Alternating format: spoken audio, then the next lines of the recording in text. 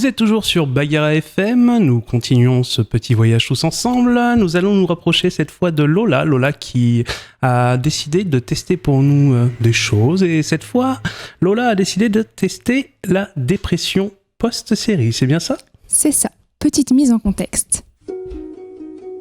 Il est 23h. Nous sommes le mardi 12 mai 2020 et je m'apprête à regarder le dernier épisode de Friends. J'ai hâte, mais j'ai peur. Parce que je sais qu'après ça, rien ne sera plus pareil. Ça y est, il est 23h24, c'est fait. Et je fixe le plafond de ma chambre en entendant résonner dans ma tête. Could I be wearing any more clothes? I know! I'm hopeless and awkward and desperate for love! Aïe, ça fait encore mal. Alors, je sais ce que vous vous dites. Oh, Lola, tu dramatises. Moi ? Dramatiser ? C'est pas du tout mon genre. Coupe cette musique, s'il te plaît.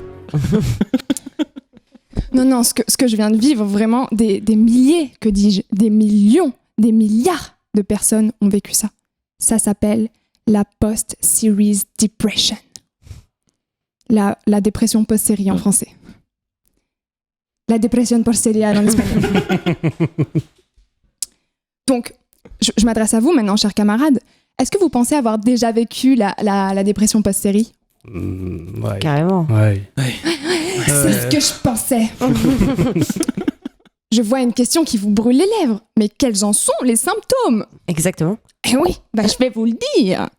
Moi, c'est quand ma journée commençait par « Previously on la vie de Lola » que j'ai commencé à me poser des questions. Puisque les symptômes sont plutôt semblables en fait à une rupture amoureuse. Quand l'être cher que vous portiez dans votre cœur décide de prendre un chemin différent du vôtre et de vous laisser là, seul, au bord de la route, eh ben ça fait mal sa mère. Et là, c'est pareil. Et on passe par les mêmes phases. Étape 1, la dévastation, le vide. On se rend compte que, ça y est, on ne verra plus nos personnages préférés. On ne partagera plus leurs aventures, leurs émotions. On se sent triste et déprimé.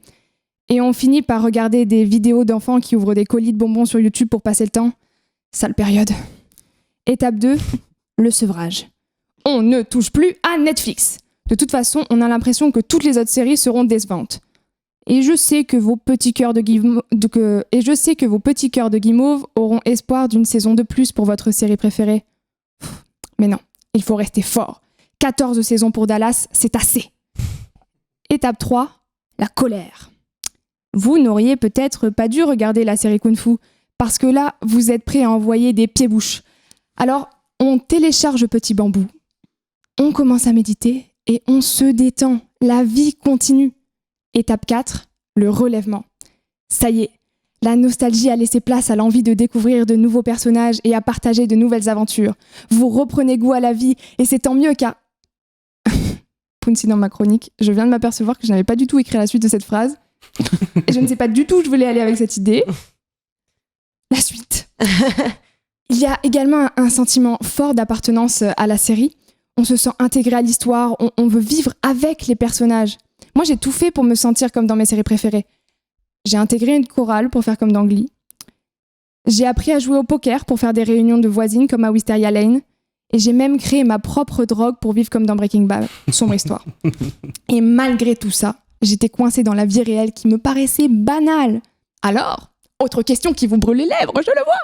Comment sortir de cette dépression ? Pour moi, guérir, ça a été accepter le fait que ma vie n'allait plus être rythmée par des rires préenregistrés et par des... Parfait. Dans un premier temps, parler de la série à d'autres personnes peut vous soulager. Alors, attention, cependant, à ne pas trop en faire pour ne pas les dégoûter de la série. Donc on pose gentiment ce téléphone et on arrête d'envoyer tous ces gifs d'How I Met Your Mother, d'accord ? On peut aussi poursuivre la passion en allant lire toutes les anecdotes du tournage ou en rejoignant un fan club. Moi, j'ai rejoint celui de Joséphine dans le Gardien, c'est un vrai régal. Mais votre meilleur médicament restera le temps. Donc soyez patient, car tout vient à point à qui ne spoile pas, parce que vous méritez de mourir. Comme je suis une journaliste de terrain, je vous ai demandé à vous, chères auditrices et auditeurs, de me poser toutes vos questions sur la dépression post-série. Alors, j'ai appelé ce petit passage le courrier des auditeurs, vous m'en direz des nouvelles. Oh. On a donc une première question de Julia qui nous vient de Cuges-les-Pins. Elle a 16 ans et on écoute son message tout de suite. Salut Lola, en fait je viens de finir la dernière saison des Marseillais et je suis à peine triste à capter. Du coup, je voulais savoir si en fait ça aussi c'était la dépression post-série. Franchement, tu dettes ta chronique. Continue comme ça, bisous. Les compliments, c'était pas obligé, Julia, mais merci, ça me touche beaucoup. Surtout que c'est ma première chronique.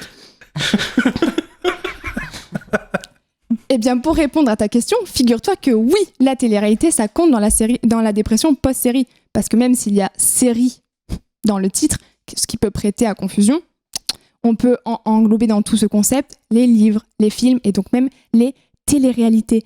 Car ce qui crée le vide, c'est que l'histoire se termine, peu importe sa nature.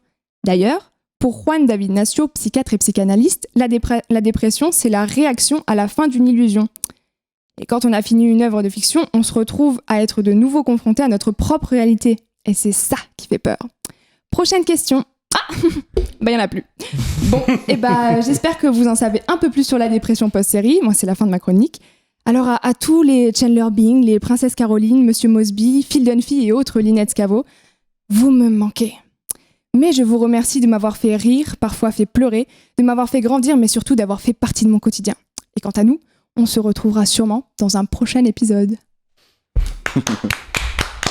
Merci beaucoup Lola, merci d'avoir testé ça pour nous, même si sans le savoir, il semblerait qu'on l'avait déjà testé aussi. Oui. Dis-moi Lola, est-ce que tu as des informations, des activités annexes, des choses à partager avec les gens qui nous écoutent et qui nous regardent ?